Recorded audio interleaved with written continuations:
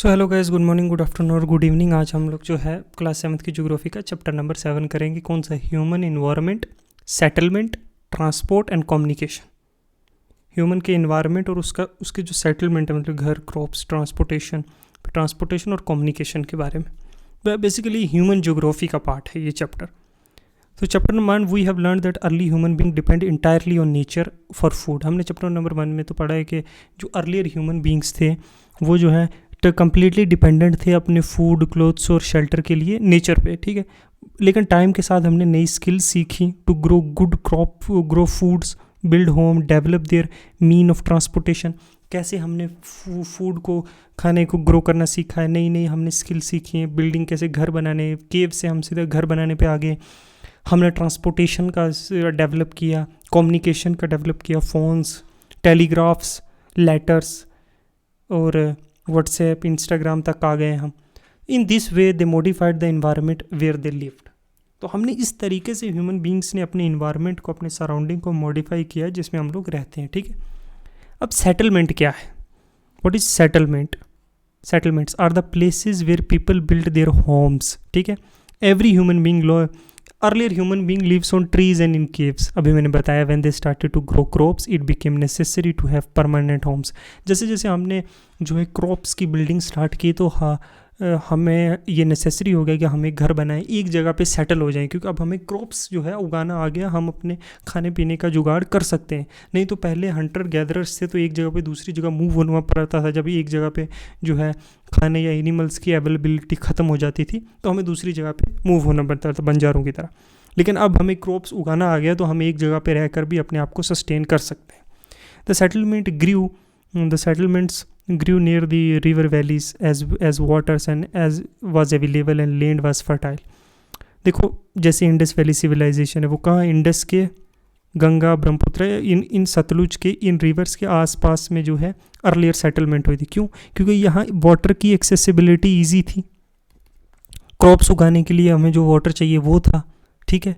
हमें जो building material चाहिए वो पानी से, समुद्र के नज़दीक से सैंड मिल जाती थी, स्टोन्स मिल जाते थे। तो हम रिवर्स के अर्ली जो सेटलमेंट्स थी वो रिवर्स के जो है करीब थे। With the development of trade, commerce and manufacturing human settlement become larger.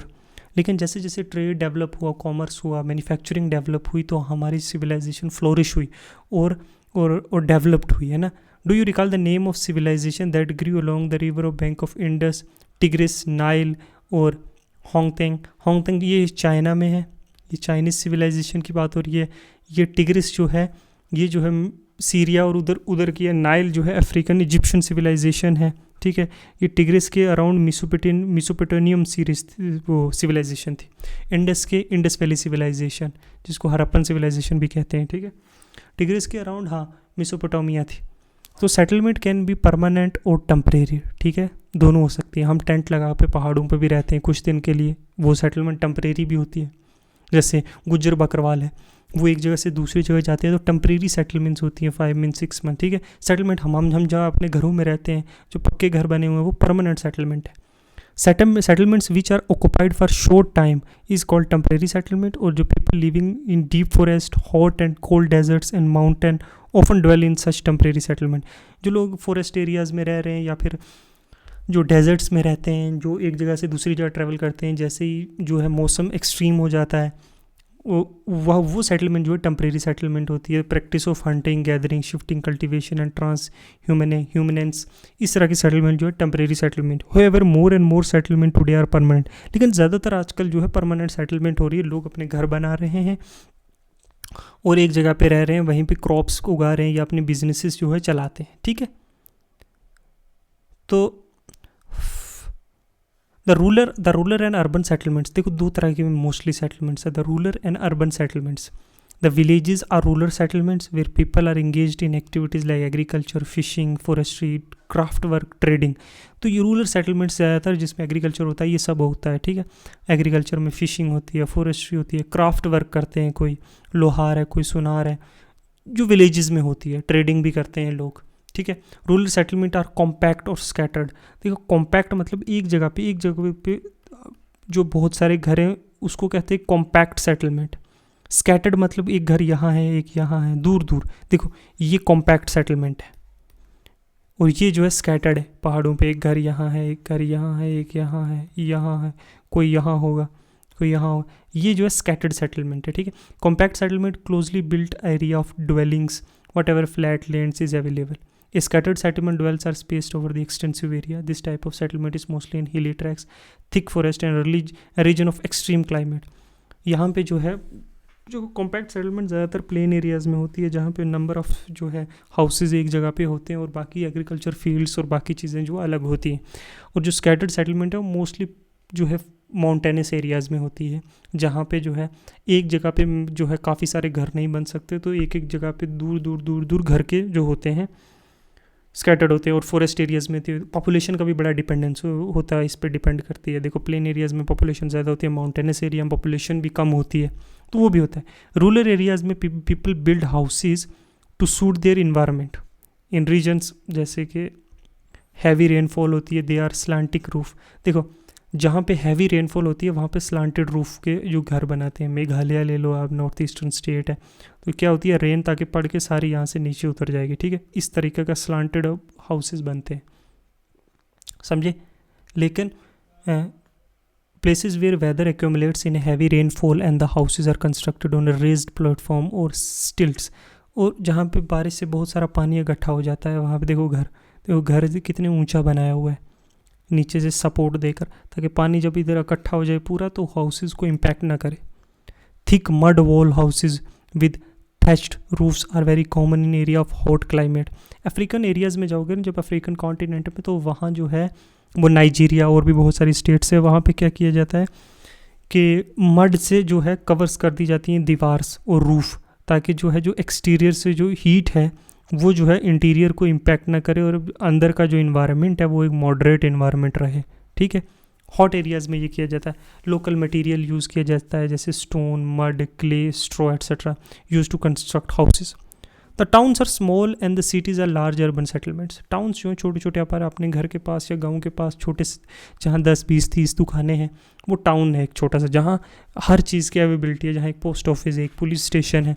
Town से बड़ी सिटीज़ है अर्बन सेटलमेंट्स में, बड़ी सिटीज़ जहाँ लार्ज नंबर ऑफ जो है कॉर्पोरेट सोसाइटीज़ हैं, जहाँ पे रेलवे है, जहाँ एयरपोर्ट है, वो हो गई बड़ी cities. In urban area people are engaged in manufacturing, trading and services. अब देखो रूरल एरियाज़ से रॉ मटेरियल जाता है और अर्बन एरियाज़ में उसकी मैन्युफैक्चरिंग होती है, गुड प्रोड्यूस होता है, तो वहाँ फैक्ट्रीज लगी होती हैं। तो अर्बन एरियाज़ में लोग इन्हीं चीज़ों में इंगेज हैं। सर्विसेज जैसे डॉक्टर है, कोई प्लम्बर है, कोई टेक्नीशियन है, कोई इलेक्ट्रिशियन है, ये है। Name some of the villages, towns and cities in your state. Okay, अपनी अपनी स्टेट्स में जो सिटीज़ हैं उसका नाम बताओ। ट्रांसपोर्ट क्या है? Transport is a mean by which people and goods move. In earlier days, it took a great deal of time to travel long distances. People had to walk and used animal to carry their goods. Inventions of wheel made transport easier. With the passage of time, different mean of transport developed, but even today people use animal for transportation. देखो transportation क्या है, जिससे भी transportation एक ऐसा mean है जहाँ से इंसान और लोग एक जगह से दूसरी जगह पे शिफ्ट हो सकते हैं, डिस्प्लेस हो सकते हैं। Placement of from one place to another.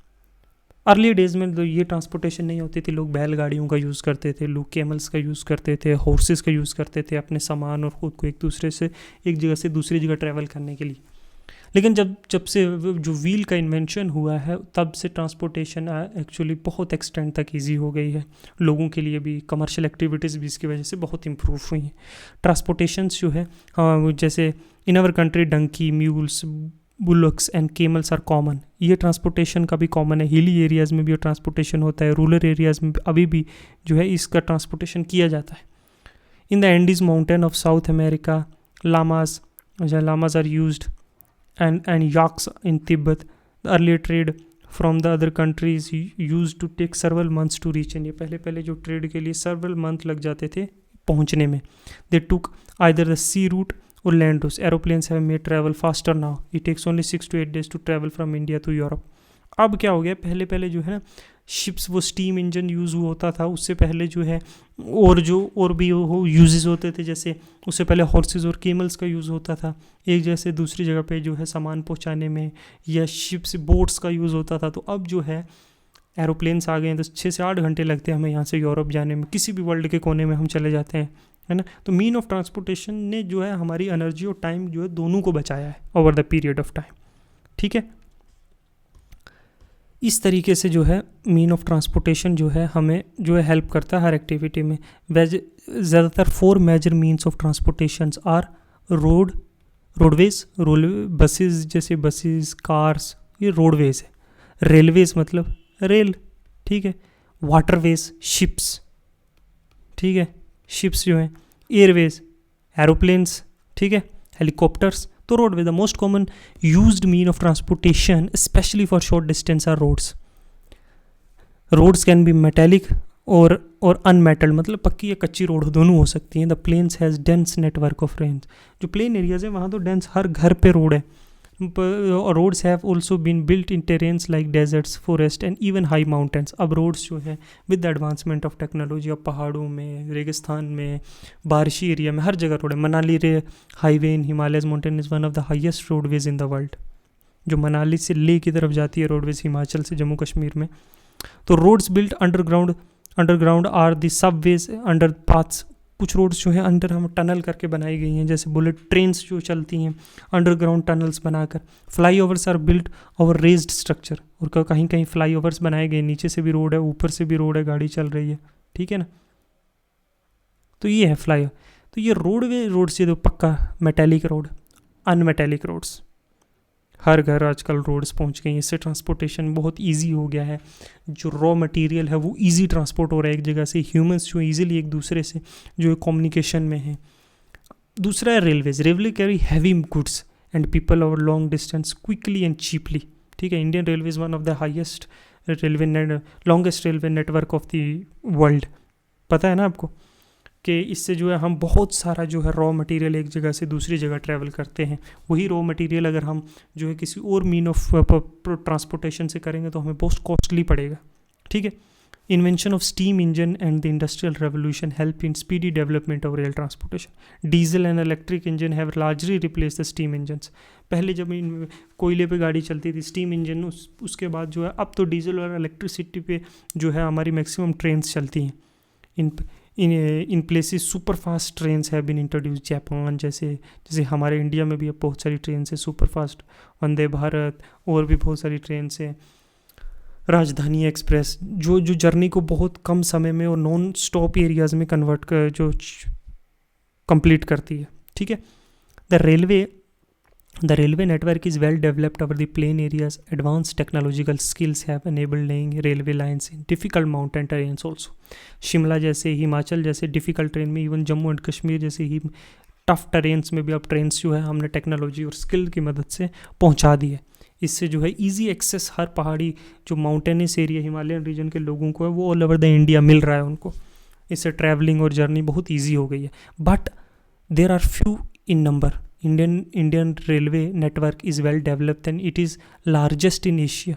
Asia में सबसे लार्जेस्ट नेटवर्क का है रेलवे का, कहाँ है? इंडिया में। ये बात याद रखना, it is the largest in India, ठीक है।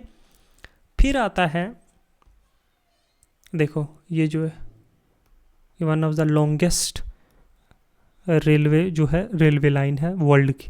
कहाँ से चल रही है? यहाँ वेल्डोस्का से, ठीक है, विस्टोस्टॉक, पता नहीं क्या नाम है इसका, पीटर्सबर्ग तक,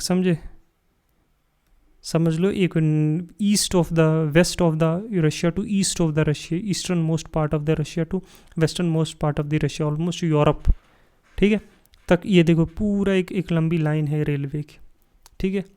तो नेक्स्ट पढ़ते हैं हम फॉर्म जो है वाटरवेज, ठीक है। You have already learn that since earlier days waterways were used for transportation.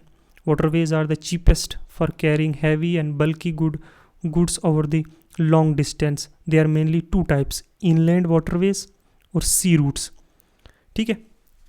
waterways जो है ancient time से जो है ट्रांसपोर्टेशन, ये Romans use to transport, Romans use to trade with India. वो क्या किसका यूज़ करते थे? वाटर का, ठीक है। Indus valley civilization use to trade with Mesopotamia, water से, ठीक है। धोलावीरा में आपको बहुत सारे साइन इसके मिलेंगे, ठीक है, जब आप हिस्ट्री पढ़ोगे तो आपको पता चलेगा। तो वाटर जो है एंशिएंट टाइम से जो यूज़ हो रहा है। अब वाटर के दो टाइप है, मेनली टू टाइप्स। देखो, इनलैंड, इनलैंड और सी रूट्स। इनलैंड समझो मतलब जैसे ब्रह्मपुत्रा रिवर है, इसमें जो शिप्स चल रही हैं तो वो यहाँ से ट्रेडिंग जो है समझ लो अरुणाचल प्रदेश से जो है गुवाहाटी तक अगर कोई चीज़ लानी है आसाम में, तो ब्रह्मपुत्रा रिवर में इनलैंड ट्रेडिंग हो रही है। गंगा रिवर के बीच में जो शिप्स चल रही हैं और वहाँ पे एक जगह से दूसरी जगह लोग और जो चीज़ें पहुँचाई जा रही हैं, समझ लो उत्तराखंड से लेकर जो है वेस्ट बंगाल तक, तो वो है इनलैंड वाटरवेज। इनलैंड वाटरवेज हमारे बहुत सारे इनलैंड वाटरवेज जो है अब बनाए गए हैं। और सी रूट्स मतलब जैसे पैसिफिक में, इंडियन ओशन में एक कंट्री दूसरी कंट्री को ट्रांसपोर्ट कर रही है चीज़ें, समझ लो हम भी कर रहे हैं। हम भी इंडिया अगर समझ लो केरला से कोई चीज़ गुजरात लाओगे तो सी रूट से लेकर आ सकते हो आप लोग, चीप पड़ता है, ठीक है। अंडोमान निकोबार लेके जाना है, सी रूट से जा रहा है, तो ये सी रूट से एक इनलैंड वाटरवेज होता है, एक सी रूट्स होते हैं, ठीक है। चाइना जाएगा, जापान जाएगा, रशिया, ठीक है। चाइना जाओ, जापान जाओ, रशिया जाओ, वो वाली मीम देखिए ना, वही बस। Navigation, navigable rivers and lakes are used in inland waterways. Some of the important navigable, अब इसका क्या बताओ, नेविगेबल रिवर्स जहाँ पे चल सकती हैं, कुछ रिवर्स जो हैं जिनकी टेरेन स्टफ होती हैं, सम वाटरफॉल्स बीच में आते हैं, ठीक है, वहाँ नहीं चलेगा। माउंटेनस एरिया में जो रिवर्स हैं वो नेविगेबल रिवर्स नहीं है, ठीक है। उसमें रिजिज हैं, उसमें कैनियंस हैं, उसमें डिफरेंट डिफरेंट वाटरफॉल्स आते हैं बीच में, वो टफ टेरेन है, वहाँ नहीं। लेकिन प्लेन एरियाज़ में रिवर का हो रहा है नेविगेबल वाटर, मतलब जिसमें शिप्स चल सकती हैं। Some of the important inland waterways are Ganga Brahmaputra river system है, great lakes in North America है, रिवर नाइल है इन अफ्रीका, ठीक है। Sea route and ocean routes are mostly used for transporting merchandise, ठीक है, and goods from one country to another. एक country से दूसरी कंट्री में गुड्स ट्रांसपोर्ट करने के लिए, रॉ मटेरियल ट्रांसपोर्ट करने के लिए सी रूट यूज़ किए जाते हैं, ठीक है। Some important of the world are Singapore है, एंड मुंबई इन एशिया है, New York in Los Angeles in North America, Rio de Janeiro है साउथ अमेरिका में। ये जो है कुछ एग्जांपल्स हैं सी रूट्स और उसके पोर्ट्स हैं जहाँ पे वो है, ठीक है। अब हम देखते हैं एयरवेज। एयरवेज जो है fastest way of transportation developed in earlier 20th century. It is the most expensive due to the high cost of fuel. जो एविएशन फ्यूल है इसमें पड़ता है वो उसकी कॉस्ट हाई है, उसकी वजह से ये जो है कॉस्टली है, ठीक है। Traffic, air traffic is adversely affected by the bad weather like fog and storm. और बैड फॉग और स्टॉर्म्स की वजह से भी जो वेदर है, क्योंकि इसको एक क्लियर वेदर चाहिए ना एक जगह से दूसरी जगह ट्रैवल करने के लिए, ठीक है, तो उसकी वजह से भी ये कॉस्टली है, ठीक है। It is a only mode of transportation to reach most remote and distant area, specially where there is no roads, railways. Helicopter are extremely useful in most inaccessible areas in times of calamity of rescuing people and distributing food, water, clothes, medicines. Some of the important airports are Delhi, Mumbai, New York, Paris, Frankfurt, Cairo.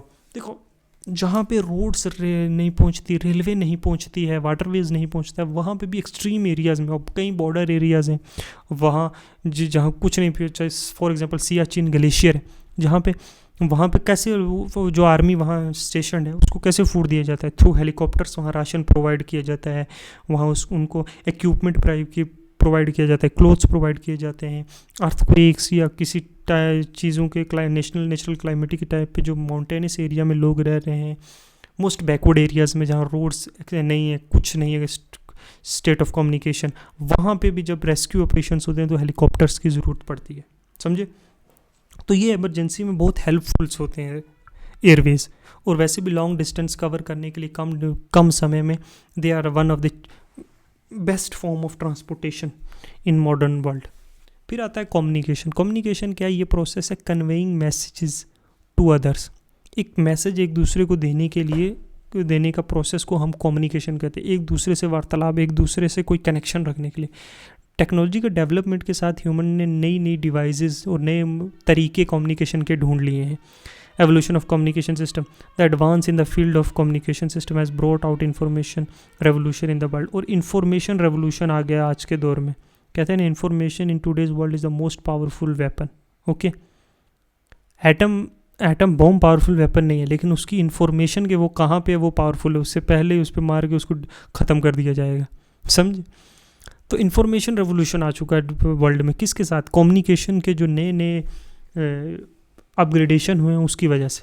Different modes of communication are use to provide information, to educate as well as to entertain. Through newspaper, radio and television we can communicate with large number of peoples. There are therefore called mass media. हम जो है mass media, मतलब मास में N number of peoples, हम different लोगों से जो communicate कर पा रहे हैं डिफरेंट टाइप्स के यूज़ के, न्यूज़ पे, रेडियो से इंफॉर्मेशन ले रहे हैं, टीवी सेट में इंफॉर्मेशन ले रहे हैं, और लार्ज नंबर ऑफ पीपल्स को हम जो देख रहे हैं, जान रहे हैं, इंटरटेन हो रहे हैं, उसको हम मास मीडिया कहते हैं। और satellites have made it even faster. Satellites have help in oil explorations. Oil explorations में मदद की है हमारी सैटेलाइट्स ने। अभी नासा की सैटेलाइट्स ने ऑयल एक्सप्लोरेशन में मदद की है, लिथियम फाइंड करने में मदद की अभी जम्मू एंड कश्मीर में with the use of a NASA satellite. Survey हम कर सकते हैं फॉरेस्ट का, एनिमल्स का सर्वे कर सकते हैं, टाइगर्स कितने हैं वाइल्ड में, ठीक है, मिनरल्स कैसे निकाल सकते हैं, वेदर फोरकास्टिंग कर सकते हैं हम लोग, ठीक है, क्या मौसम होगा, डिज़ास्टर वार्निंग दे सकते हैं, सुनामीज़ का 2-4 घंटे पहले पता कर सकते हैं कि सुनामी आने वाली है, ठीक है। Now we can send telephonic communication through cellular phone. हम एक दूसरे से अपने फ़ोन से बात नहीं करते हैं, व्हाट्सअप से इंगेज नहीं करते हैं, टेलीग्राम्स, इंस्टाग्राम, तो ये सारे जो हैं एक इस मास मीडिया के दौर के जो है एक इन्वेंशंस हैं, एक कम्युनिकेशन का ज़रिया है, ठीक है। Internet not only provide us world wide information and interaction but also made our lifes more comfortable. समझे, अब हमें जो है इंटरनेट सिर्फ हमें जो है इन्फॉर्मेशन ही प्रोवाइड करता है, लेकिन इसने हमारी लाइफ को बहुत ईजी भी कर दिया है। फॉर एग्जांपल, पहले आपको मनी, अगर पैसे किसी को भेजने थे तो आप बैंक में जाओगे, वहाँ से ट्रांसफ़र करते थे, लेकिन अब क्या है, आप अपने यूपीआई से घर बैठे बैठे 1 मिनट में किसी को ट्रांसफ़र कर सकते हो। आप पहले पैसे निकालने एक पासबुक लेके बैंक के लाइन में खड़े रहते थे और फिर जहाँ आपको कैश मिलता था। आजकल आप एटीएम में जाओ, कैश निकाल लो, ऑनलाइन ट्रांसफ़र कर दो। पहले आपको लेटर भेजने के लिए पोस्ट ऑफिस में जाना पड़ता था, एक कागज़ खरीदो, उस पर अपना एड्रेस लिखो, उनका एड्रेस लिखो, लेटर लिखो, फिर उसमें पोस्ट डालो, फिर वो 8 से 10 दिन में जाके जो अपनी डेस्टिनेशन पे पहुंचेगा। अब आप व्हाट्सएप पे 1 सेकंड में मैसेज कर सकते हो, समझेंगे नहीं, न्यूज़पेपर आपके फ़ोन में आ जाता है। तो ये सारे जो हैं क्या है, आप टिकट देखो, आप टिकट कर सकते हो ट्रेन की, सिनेमा की, घर बैठे बैठे। तो इसने आपकी लाइफ को जो है और ईजी किया है।